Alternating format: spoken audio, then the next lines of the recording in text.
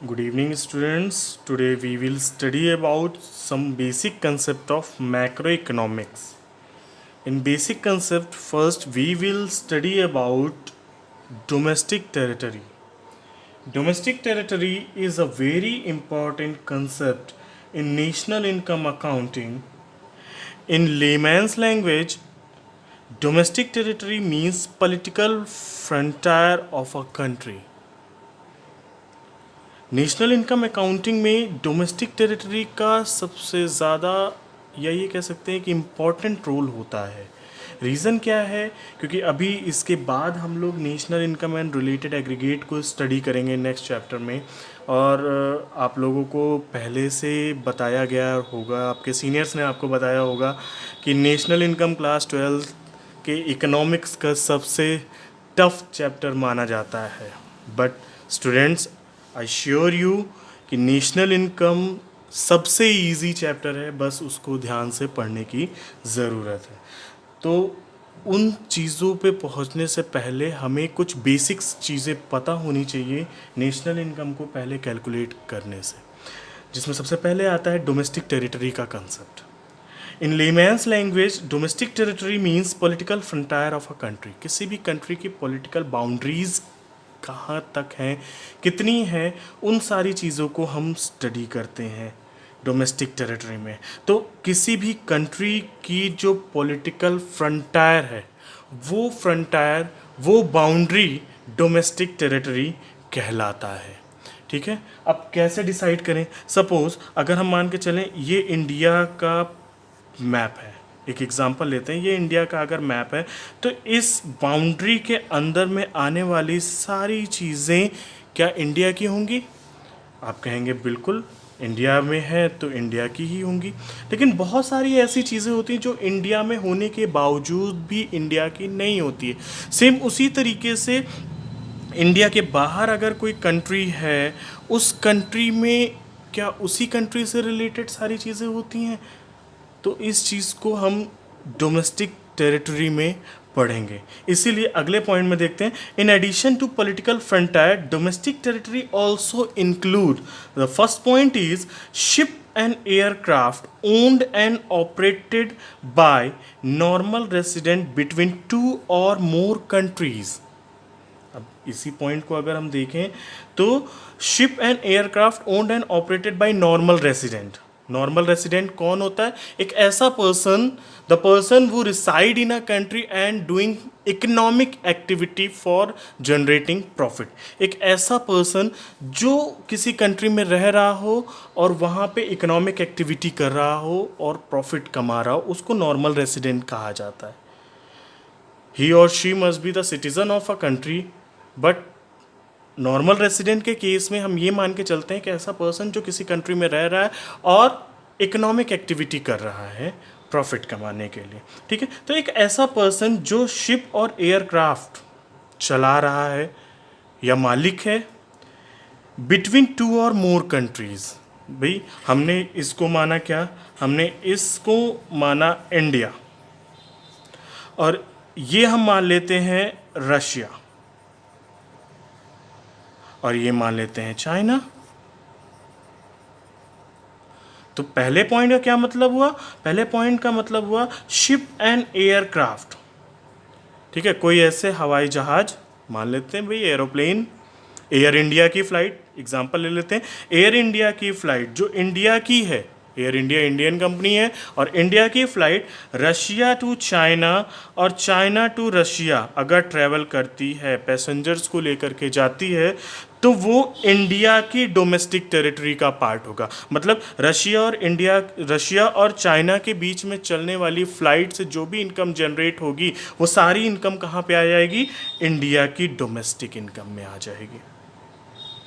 I hope ये समझ में आ गया होगा। सेकेंड पॉइंट आता है fishing vessels, oils and natural gas rich and floating platform operated by the resident of a country in international water where they have exclusive right of operation। आप लोगों को मालूम होगा कि इंटरनेशनल वाटर बॉडी में बहुत सारी चीज़ें, हमारा जो समुद्र, हमारा जो सी है, वहाँ पे हमें नेचुरल चीज़ें, नेचुरल रिसोर्सेज से बहुत सारी चीज़ें मिलती हैं।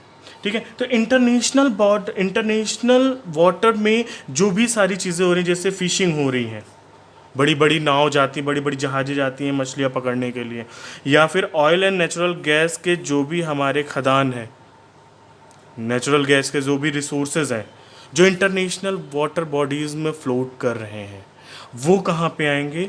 वो इंडिया के डोमेस्टिक टेरिटरी के अंदर आएंगे, इंडिया के डोमेस्टिक टेरिटरी का पार्ट कहलाएंगे। क्यों?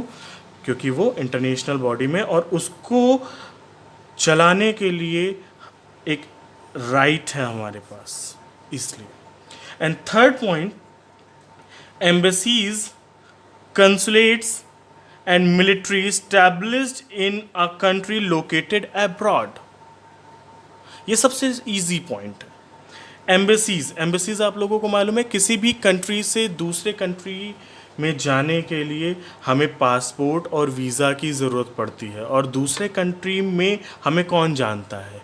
कोई नहीं जानता है, या फिर हमारे रिलेटिव होंगे वो हमें जानेंगे, नहीं तो फिर इंडियन एम्बेसी जो चाइना में है, इंडियन एम्बेसी जो चाइना में है, वो किसका पार्ट होंगी? वो इंडिया के डोमेस्टिक टेरिटरी का पार्ट होंगी। वो ऑपरेट भले ही चाइना में कर रही हैं, लेकिन वो पार्ट होंगी इंडिया के डोमेस्टिक टेरिटरी का। सेम उसी तरीके से अगर चाइना की एम्बेसी इंडिया में है, चाइना की एम्बेसी अगर इंडिया में है, तो ये इंडिया के डोमेस्टिक टेरिटरी का पार्ट नहीं होंगी, ये चाइनीज़ डोमेस्टिक टेरिटरी का पार्ट कहलाएंगी। ठीक है, सेम उसी तरीके से कंसुलेट्स या फिर मिलिट्री जो इंडिया से बाहर किसी कंट्री में गई हैं ऑपरेशन करने या ऑपरेट करने, वहाँ पे इस्टेब्लिश हैं, वहाँ पे अपना वर्क कर रही हैं, तो वो इंडिया के डोमेस्टिक टेरिटरी का पार्ट कहलाएंगी, क्योंकि वो इंडिया से गई हैं और उनको एक पर्टिकुलर प्लेस पे काम करने को मिल रहा है, इंडिया के लिए काम करने को मिल रहा है, इस वजह से वो इंडिया के डोमेस्टिक टेरिटरी का पार्ट कहलाएंगे। तो बहुत ही इजी तरीके से इसको समझने के लिए इस तरीके से कह सकते हैं, embassies established in other country, it will be the part of domestic territory of India. अगर इंडियन एम्बेसी किसी अदर कंट्री में ऑपरेट हो रही है या इस्टेब्लिश है, तो वो इंडिया के डोमेस्टिक टेरिटरी का पार्ट कहलाएंगी। इसी तरीके से अगर किसी अदर कंट्री की एम्बेसी इंडिया में है, तो वो इंडिया की डोमेस्टिक टेरिटरी में ना आकर के उस पर्टिकुलर कंट्री के डोमेस्टिक टेरिटरी में आएंगी जिस कंट्री से वो बिलोंग करती है। ठीक है, इसी तरीके से अगर हम लेकर के चलें तो बहुत सारी चीज़ें होती हैं जो हमारे डोमेस्टिक टेरिटरी में इंक्लूड नहीं की जाती हैं। सेम उसी तरीके से इन्हीं सारे पॉइंट्स का अपोजिट ले लीजिए, embassies, consulates and military established of a country located in India. Other countries की एम्बेसीज, कंसुलेट और मिलिट्री जो इंडिया में लोकेटेड है, वो इंडिया के डोमेस्टिक टेरिटरी का पार्ट नहीं है। सेम इसी तरीके से इंटरनेशनल ऑर्गेनाइजेशन जो हमारे इंडिया में इस्टेब्लिश हैं, जैसे WHO, UNO, ये इंटरनेशनल ऑर्गेनाइजेशन WHO और UNO, ये जो इंडिया में इस्टेब्लिश है, ये इंडिया के डोमेस्टिक टेरिटरी का पार्ट नहीं कहलाती हैं। आई होप स्टूडेंट्स आपको ये वीडियो समझ में आ गई होंगी।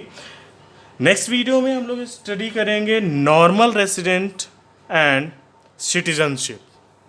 Thank you.